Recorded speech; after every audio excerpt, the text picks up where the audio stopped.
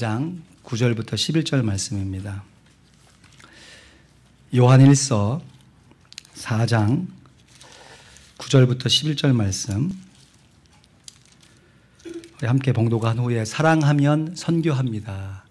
사랑하면 선교합니다 라는 제목으로 하나님의 말씀 나누겠습니다. 요한일서 4장 9절부터 11절 말씀입니다.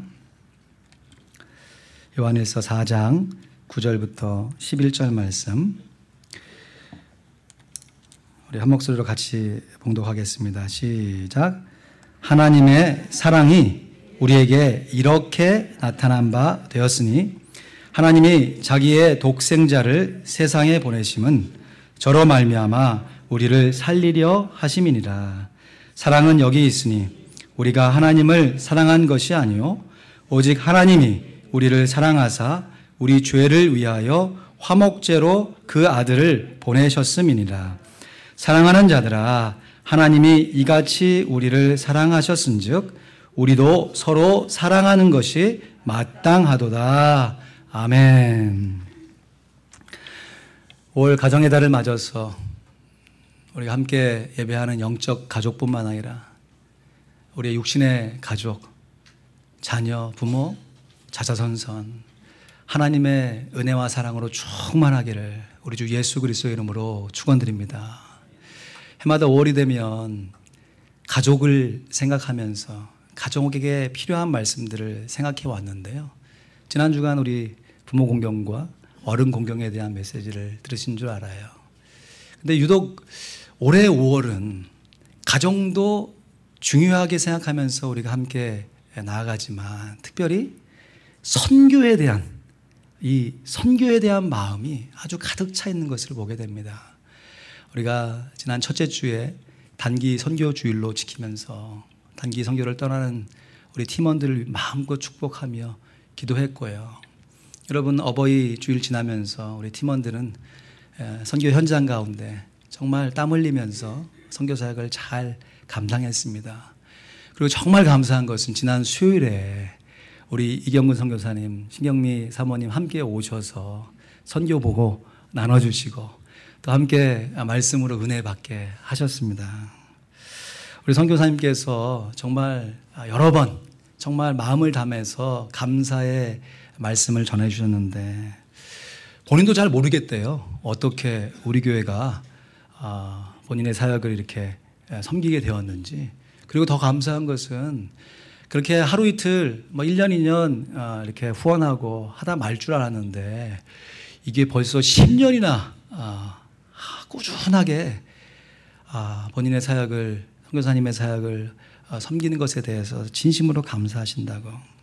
정말 저도 우리 교회를 대표해서 우리 귀한 선교사님을 지난 10여 년의 세월 동안에 꾸준하게 후원하는 양은 부족하지만 그래도 기도는 풍성하게 드리면서 함께 사역할 수 있었던 그 하나님 앞에 영광과 찬송을 올려드립니다. 우리 수요기도에 참석하지 못하신 분들을 위해서 이 시간 선교사님을 소개하고 선교사님의 사역을 잠시 우리가 전해드렸으면 좋겠습니다. 선교사님 앞으로 오실까요? 선교사님 오실 때 할렐루야 환영할까요? 할렐루야. 다시 한번 할렐루야. 아멘.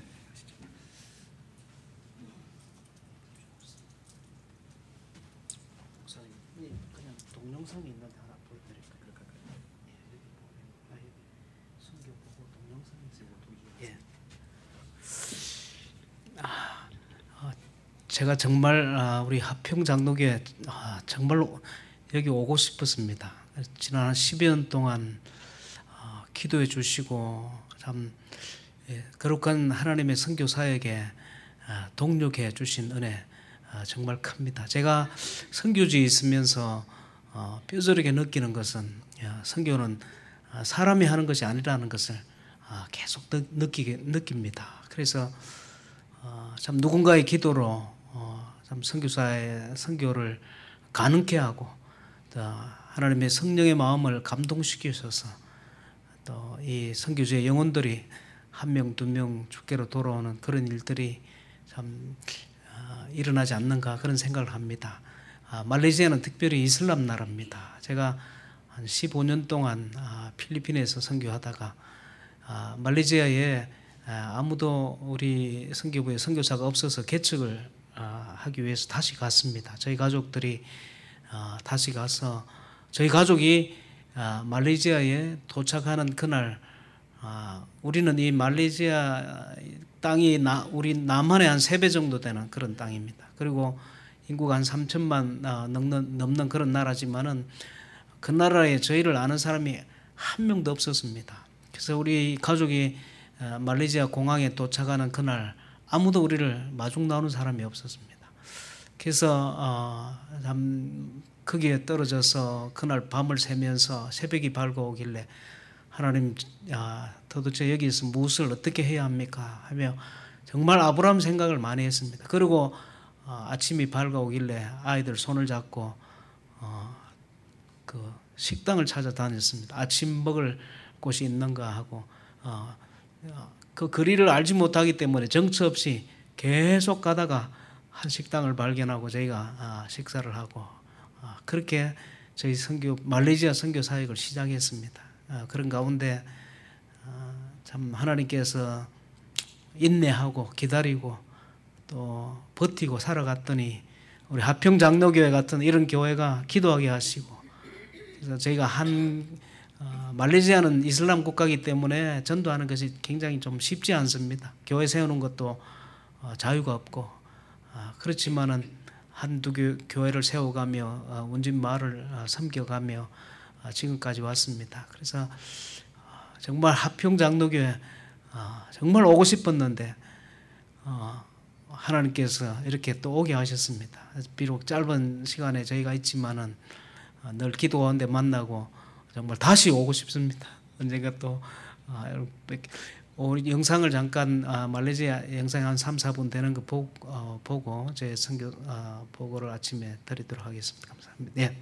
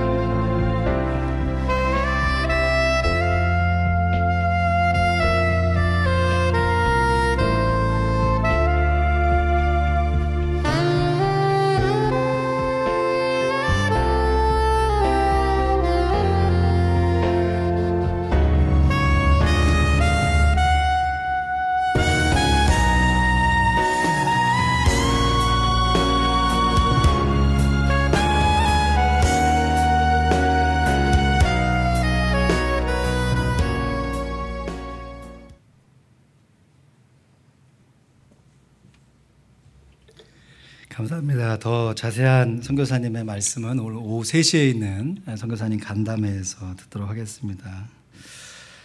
여러분, 한 가지 질문을 드리고 싶습니다. 정답은 우리 이경근 선교사님이 알고 계시겠지요?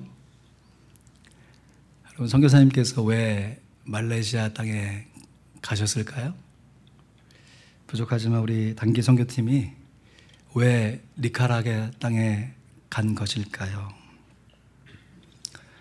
선교사님께서 말레이시아에 가시고 우리 선교팀이 니카라과 땅에 간 것은 그 근본적인 이유는 하나님께서 우리를 사랑해 주셨기 때문입니다.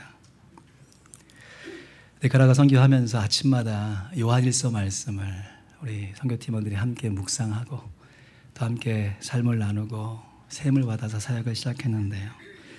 오늘 본문 요한일서 4장 10절 말씀에 보니까 사랑은 여기 있으니 우리가 하나님을 사랑한 것이 아니요 오직 하나님이 우리를 사랑하사 우리 죄를 위하여 화목제로 그 아들을 보내셨습니다.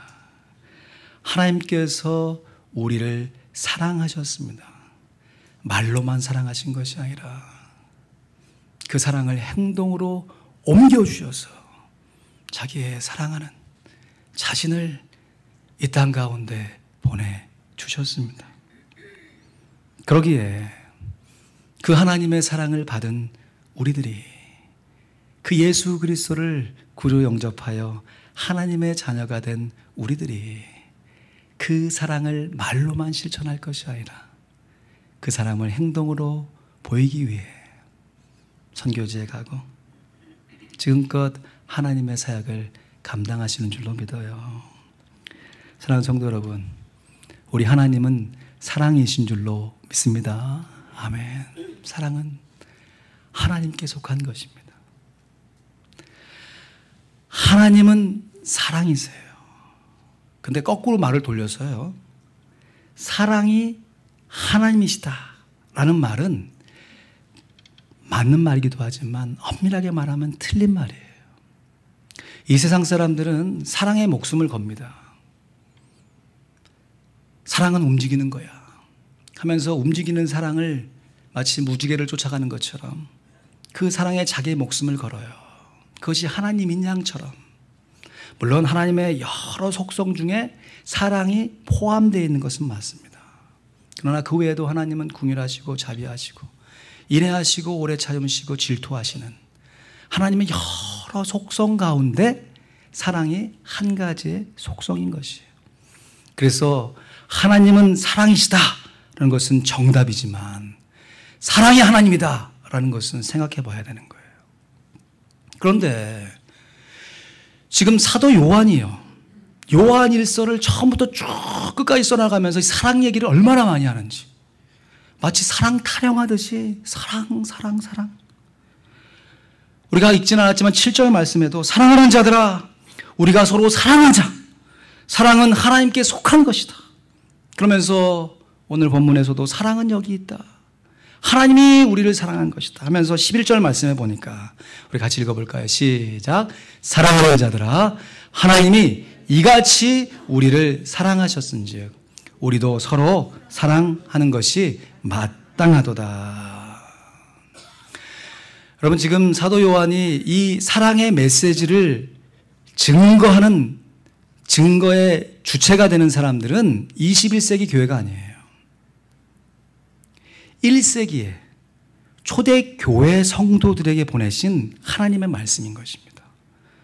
물론 선교사님 사역하시는 곳에 자연스럽게 예배할 수 없고 복음을 증거한다는 이유로 핍박을 받는 곳이 21세기에도 존재하지만 1세기의 교회는 거의 대부분 예수 믿는다고 해서 칭찬하거나 예수 믿는다고 해서 격려받는 분위기가 아니고 예수 믿는다는 그 한 가지 이유만으로 죽음을 당할 수 있는, 순교를 당해야만 하는 그 핍박의 상황 가운데 신앙생활을 했던 사람들이죠.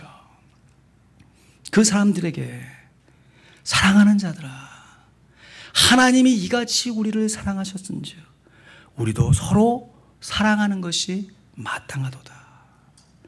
사도 요한이 지금 이렇게 여러 차례 사랑을 강조하면서 우리가 사랑하는 것이 마땅하도다 라고 하는 권면을 뒤집어 보면 어떡한 것이에요? 초대교회 성도들이 안타깝지만 하나님의 사랑을 알고도 있음에도 그 하나님의 사랑답게 서로를 사랑하는 것이 부족했기 때문에 사도 요한이 이런 권면을 드리고 있는 것이 아니겠어요? 여러분, 이것은 비단 초대교회 성도들만의 얘기입니까? 우리들이 신앙생활할 때 하나님의 사랑에 겨워가지고 눈물을 흘리고 오늘 예배드리면서 감격으로 하나님께 나아가지만 때로는 그 하나님의 사랑으로 내 목숨까지 걸고 하나님의 복을 소유하겠다 다짐하지만 그 다짐이 지속적으로 끊임없이 이어지는 것은 또 다른 문제잖아요. 더욱이 지금 초대교회가 속한 상황이 어떤 상황이냐면 함께 예수를 잘 믿어가고 있습니다.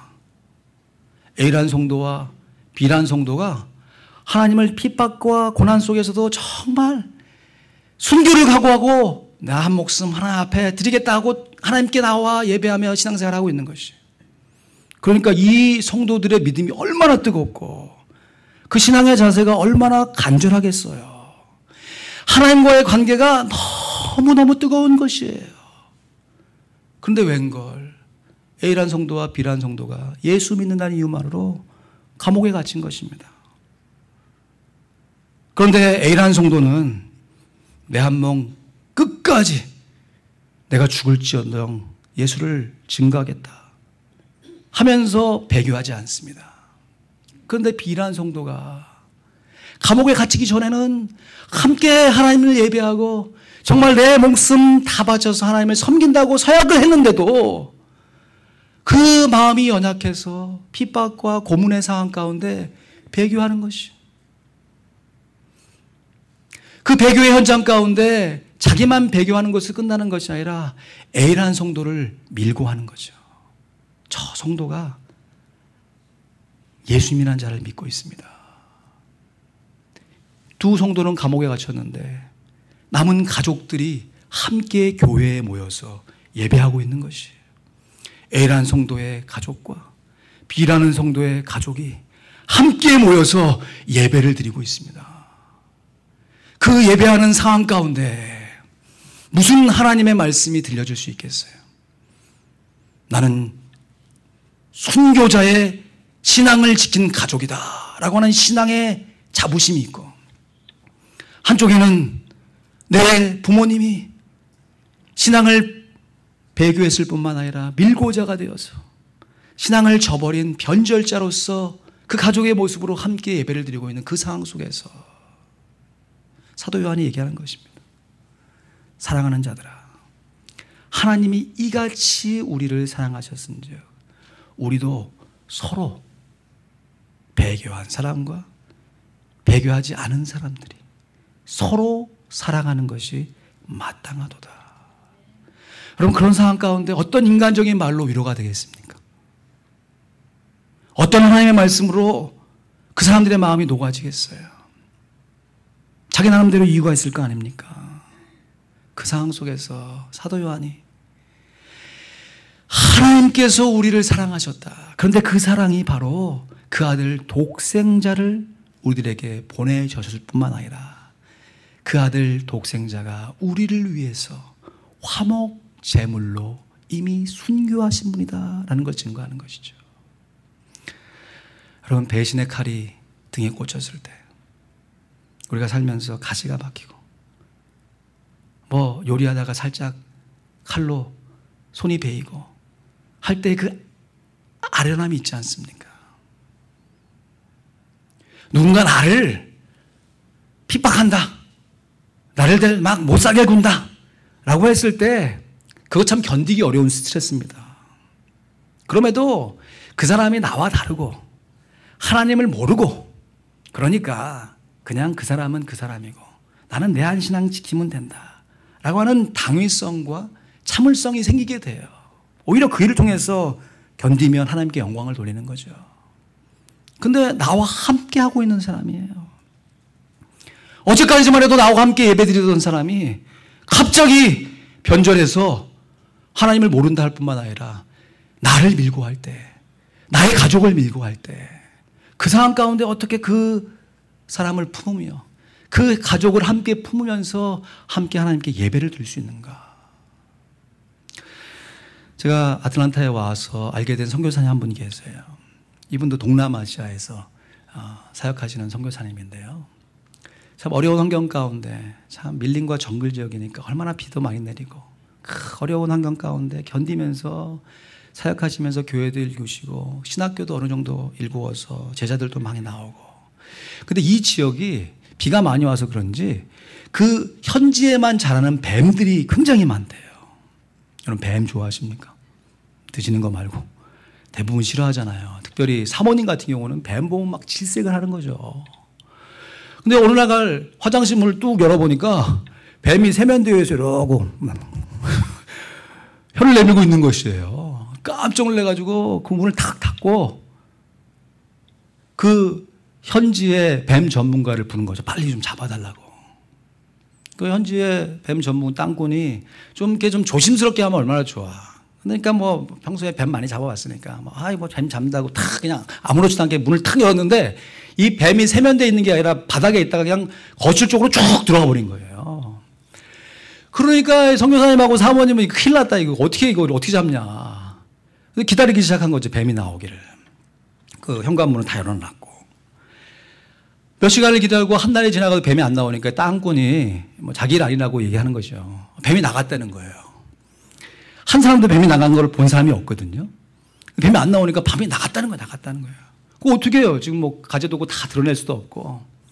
그러고 나서 그 밤에 그곳에서 자는데 여러분 잠이 오겠습니까? 어디서 뱀이 나올지 모르니까 선교사님이 뜬 눈으로 밤을 샌 거예요. 이거 어떻게 해야 되나. 근데 그 다음날 되어졌는데 뱀이 없어. 안 나오는 거예요. 그래서 반신반의하면서 진짜 나갔나? 이틀, 3일 됐는데 뱀이 실제 없는 거예요. 그러면서 그 다음부터는 이제 평상시처럼 생활을 하는 거죠. 근데 웬걸 한 일주일쯤 됐는데 이 주방 쪽에 또 그것도 수도꼭지 위에서 뱀이 또 그렇게 똑같은 뱀이 또 이렇게 하는 거예요. 그러니까 이제 지금까지 살아왔던 시간, 일주일의 세월이 막 이제 막 지나가면서 저 뱀이 내가 어떻게 하냐 막 하면서 막 이제 머리가 쭈삣쭈삣 쓰는 거죠. 그래서 이번에는 땅꾼에게 아주 그냥 신신당부해가지고 조심스럽게 해서 그 뱀을 잡았어요. 잡아가지고 다 이제 마음이 진정되고 하고 있는데 뱀이 나왔을 때는 그런 생각이 안 들었는데 뱀을 잡고 보니까 선교사님 마음에 이런 생각이 드는 거예요. 아니 어떻게 사면이 다 막혀있는 화장실에 뱀이 들어왔지? 이상하다 싶어가지고 이게 어떻게 되는지를 한번 알아보기 시작한 거예요.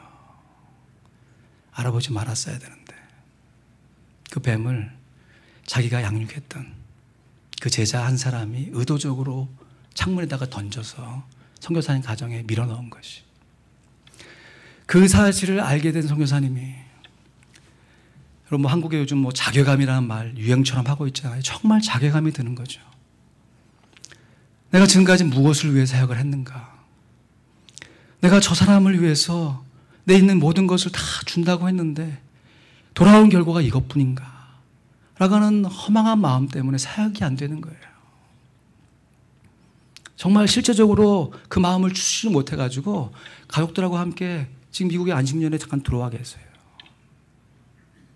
근데 참 놀랍고 감사한 것은 성령님께서 그 시간들을 오래 보내지 않으시고 마음을 추스리세요.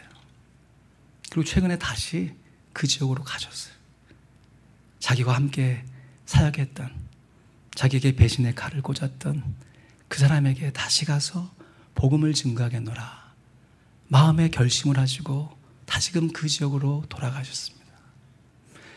여러분 선교사님들이 어떻게 그런 환경 속에서 인간적으로 보면 도무지 용납되지 않은 그러한 마음을 추스리며 다시금 그 선교의 현장으로 돌아갈 수 있는 궁극적인 이유가 무엇입니까?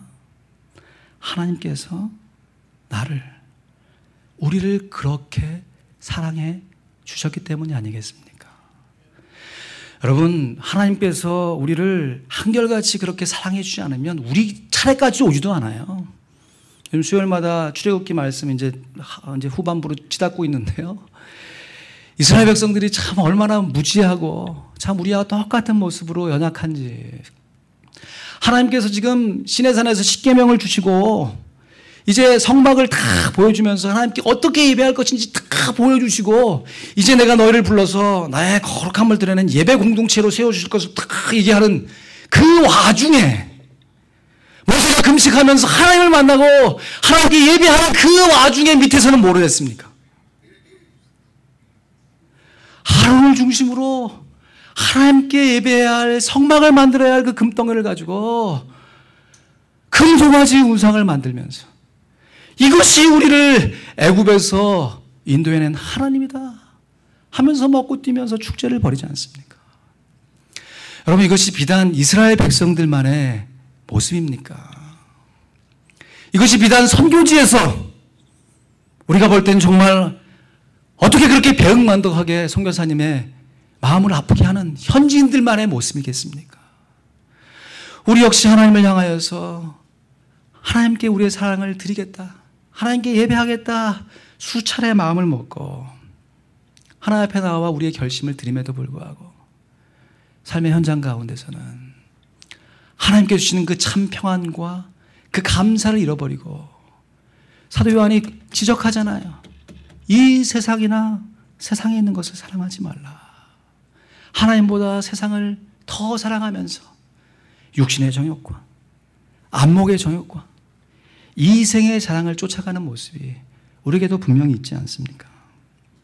그럼에도 불구하고 하나님께서 여전히 긍휼을 베푸시고 참아주시면서 우리를 사랑하시기에 오늘 우리가 이러한 모습으로 나와 하나님께 예배할 수 있는 줄로 믿습니다.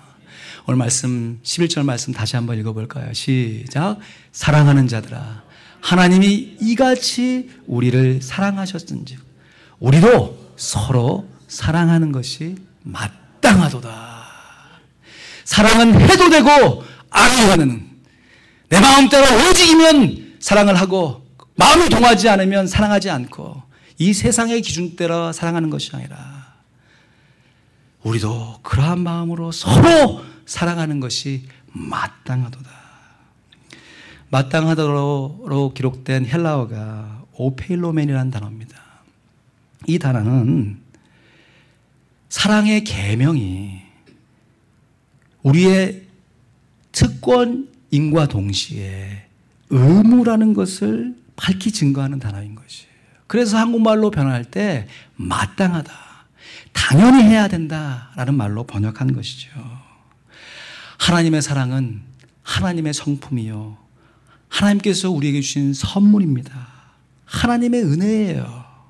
그러나 그 은혜와 선물을 받은 우리들이 그것을 받고 그냥 많은 것이 아니라 그 은혜와 사랑을 부족하지만, 연약하지만 다른 사람을 향해서, 그 다른 사람이 어떤 사람입니까? 나를 핍박하는 사람뿐만 아니라 나와 함께 신앙생활을 했지만 때론 나에게 감정적으로, 경제적으로, 육신적으로 손해와 핍박을 가했던 나의 동료들을 사랑해야 하는 것이 오늘 정말 하나님께서 우리에게 허락하신 위대한 계명인 것입니다. 니카라과 단기 선교를 가면서 현지인들의 참 열악한 모습을 바라보면서 참 참담한 마음도 들었지만 그 사람들이 갖고 있는 그 사고방식, 우리와 참 다르지만 그 사람들이 살아가는 사고방식이 이해가 안 되어서 참 답답하고 가슴이 아팠어요. 서로 배신하고 그 배신으로 인해서 서로 불신하는 그 모습들. 우리는 어떤 목회자라든지 선교사님들이라든지 소정의 교육을 받고 이렇게 나름대로 교단이나 또 함께 인정된 권한을 가지고 목회하고 사역을 하는 것이 일반적이잖아요. 근데 그 당시의 문화는, 그 나라의 문화는 어제 꿈에 하나님이 나를 목사로 부르셨다, 꿈을 꾸면 자기 스스로 안수하고 목사가 되는 시스템이에요. 이게 도대체 어떻게 인정하고 해석해야 할지. 근데 그러면서 또 사역을 해요. 그러니까 그렇게 목사가 된 목사님들이 개인 비즈니스 하듯이 자기 사업도 하면서 자기 목회지를 하나의 비즈니스로 생각하면서 자기가 벌은 돈을 교회 예배당도 짓고 또 사역하는 데도 사용하면서 처음에는 가족으로 시작했지만 조금씩 확장하면서 친구들, 친척들 모아가지고 교회를 이렇게 좀 만들면 예배당 세우고 그러면서 주변에 있는 사람들 함께 전도하면서 또 함께 예수 믿게 하는 것이에요. 정말 뿌리가 없는데 열매가 나타나는 참 신기하고 놀라운 일들인데 안타까운 것은 미국이나 제3세계에서 좀 후원자가 많은 그런 목사님들이 있게 되면 그 지역에서 정말 오랫동안 사역하면서 정말 조금씩 늙혀왔던 교회의 성도들이 어느 한 교회에서 후원을 잘해주고 예배당을 번듯하게 잘 지어놓으면 오늘 함께 드렸던 성도가 다음 주에 가면 여기 다 있는 거예요, 여기. 우리 이민교회의 뭐 분열과 뭐 성장 이건 아무것도 아니에요. 어느 한 교회가 함께 성장했다는 그것을 성장이라고 볼 수가 없는 것이죠. 조금 편하고 조금 좋은 환경이 있으면 사람들이 막 몰려가는. 그러면서 그 상황 가운데 서로 하나님의 사랑을 알면서도 배신과 그 안에 배반으로 인해서 상처받은 많은 목회자들을 만나면서 참 우리가 어떠한 마음으로 하나님께 나아갈 수 있을까? 이걸 도대체 어디서부터 손을 대서 이것을 해결할 수 있을까 싶어요. 정말 감사한 것은 저희들은 단기로 와서 그 모습들만 바라보면서 안타깝다. 혀를 차면서 이러면 안 되는데 하는 안타까운 마음으로 기도할 수밖에 없는데 그곳에 현지의 선교사님들은 그곳에 자녀를 거기서 낳아 기르고 그 학교의 자녀들을 보내면서 그 현지인들과 함께 살아가면서 그들을 감당하고 있다는 것이 얼마나 많은 배신을 당하셨을까요? 얼마나 말도 안 되는 모욕을 당하셨을까요? 그런데도 그곳에서 자리를 지키시면서 오늘도 선교를 하고 계신다는 거죠. 선교를 다 마치고 집으로 돌아왔는데 정석군 선교사님께서 우리 선교팀에 대한 감사한 마음을 이렇게 장문의 편지로 보내오셨는데 시간 관계상 좀 편집해서 정석군 선교사님의 마음을 여러분 함께 나누길 원합니다. 이 시간 아마 집에 잘 도착하셔서 쉬고들 계시던지 아니면 무리해서 오전 일을 시작하고 계시겠지요. 잠시 쉬는 시간이 깊고 달콤한 꿀잠이기를 소망합니다. 저와 아내를 위로하고 용기를 주기 위해서 저희에게 너무 과분한 칭찬과 대접을 하여 주심에 감사드리면서 주신 선물들 잘 받았습니다. 어제 집에 돌아오는 길에 차에서 아내가 모든 분들이 참 사랑으로 우리를 대해 주심을 정말 느꼈다. 참 고맙다고 말하면서 기뻐합니다. 그제부터 매일 아내가 한국 밥을 지어줍니다. 잊었던 밥맛을 되찾아 고추장과 함께 맛있게 먹고 있습니다. 밥은 마치 노른자 계란이 들어간 것처럼 찰지고 맛이 있습니다.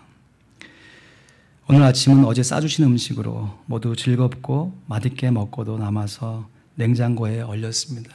사진 하나 보여주시겠습니까? 선교사님께서 우리가 함께 먹었던 음식을 다시 데펴서 먹으시면서 감사한 말씀을 전해주신 거죠. 딸아이의 비타민만이 아니라 여러 개의 비타민이 있더군요. 내일은 한 상자를 가져가서 오늘 예배 마치고 만나 함께 기도한 5살 꼬마아이 요스틴과 그 할머니에게 전해줄 것입니다. 가끔 길바닥 예배에 나왔던 물장사하는 아이 엄마가 감옥에 들어갔는데 얼마나 걸릴지 모른답니다. 얼마 전 무척 아팠다가 지금 낫기 시작했다고 합니다. 오늘 길바닥에서 만나서 왜 어제 물놀이에 안 왔어 하니까 물장수하는 아이 할머니가 사정을 전해줍니다. 데리고 학교 교장 선생님 만나서 유치원에 들어가는 것을 상담하기로 하였습니다. 물놀이 기구는 그냥 놀이가 아니라 얼마나 아이들이 주일학교에 적응할 수 있는지 전략적 도구로 써야 할지 더욱 지혜를 모으겠습니다. 신발도 성경도 구입하여서 예배할 때 사용할 수 있도록 하겠습니다. 여러분의 이번 선교 여행길이 참 아름다운 길이셨음을 기도드립니다. 함께 이 길을 걸어주심에 감사드립니다. 사랑하고 축복합니다. 정석훈 선교사 올림. 한참 글을 읽고 감사해서 저도 짧게 답장을 보내드렸습니다. 귀한 선교사님의 소식이 더욱더 피부에 와 닿는 것 같습니다. 보내주신 사진들과 그 속에 살고 있는 사람들의 모습이 눈에 선합니다. 더위와 냄새는 사진에 담을 수가 없겠지요. 선생님의 환한 미소와 뒤에 함께 있는 그 치열한 삶의 현장을 두고 늘 기도하겠습니다. 선교 기간 중에 묵상했던 요한일서 말씀을 함께 나누고 싶습니다. 4장 9절 말씀입니다. 하나님의 사랑이 우리에게 이렇게 나타난 바 되었으니 하나님이 자기의 독생자를 세상에 보내심은 저로 말미암아 우리를 살리려 하심이니라. 하나님께서 우리를 위해서 예수님을 이 땅에 보내주셨고 하나님께서 우리를 대신해서 선교사님을 그곳에 보내셨습니다. 늘 복음의 빚진 자로서 살겠습니다. 정말 더 건강하시기를 바랍니다. 아틀란타에서 김용환 목사 올림. 말씀을 맺습니다. 선교사님께서 선교하는 그 근본적인 단 한 가지 이유는 하나님께서 선교사님들을 사랑하셨기 때문입니다. 우리가 연약하고 부족하지만 우리의 현장 가운데 견디고 인내하며 하나님의 복음을 증거하려고 하는 그 근본적인 한 가지 이유 역시 하나님께서 우리를 사랑하여 주셨기 때문인 것입니다. 이 사랑을 받은 사도 요한이 요한복음 말씀 우리들이 잘 알고 있는 예수님께서 하셨던 그 사랑의 메시지를 글로 적었습니다. 요한복음 3장 16절 말씀 우리 같이 한번 읽어볼까요? 시작. 하나님이 세상을 이처럼 사랑하사 독생자를 주셨으니 이는 저를 믿는 자마다 멸망치 않고 영생을 얻게 하려 하심이라. 아멘. 예수님께서 하신 말씀입니다. 그 예수님의 말씀을 받아 적은 사도 요한이 오늘 본문에서 이 예수님의 말씀을 자기의 언어로 다시 바꾸어서 이렇게 고백한 것이지요. 요한일서 4장 9절 말씀 함께 비교하면서 읽어볼까요? 시작. 하나님의 사랑이 우리에게 이렇게 나타난 바 되었으니 하나님이 자기의 독생자를 세상에 보내심은 저로 말미암아 우리를 살리려 하심이니라. 아멘. 사도 요한은 예수님의 사랑을 그 마음 가운데 간직하고 그 예수님의 사랑을 증거하기 위하여 서신서를 쓰고 마침내 순교의 제물로 하나님께 영광을 돌린 것을 우리가 알고 있습니다.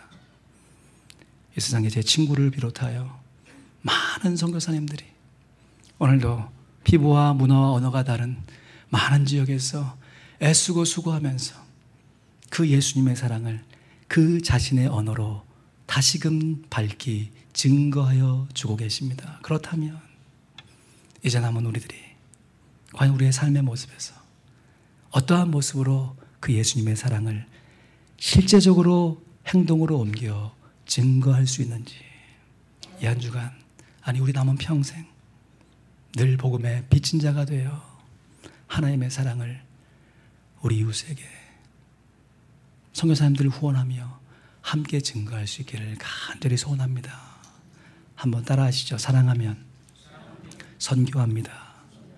다시 한번요. 사랑하면 선교합니다. 사랑하면 선교합니다. 기도하겠습니다. 사도 요한은 예수님의 사랑을 자기의 언어로 다시금 표현하였습니다.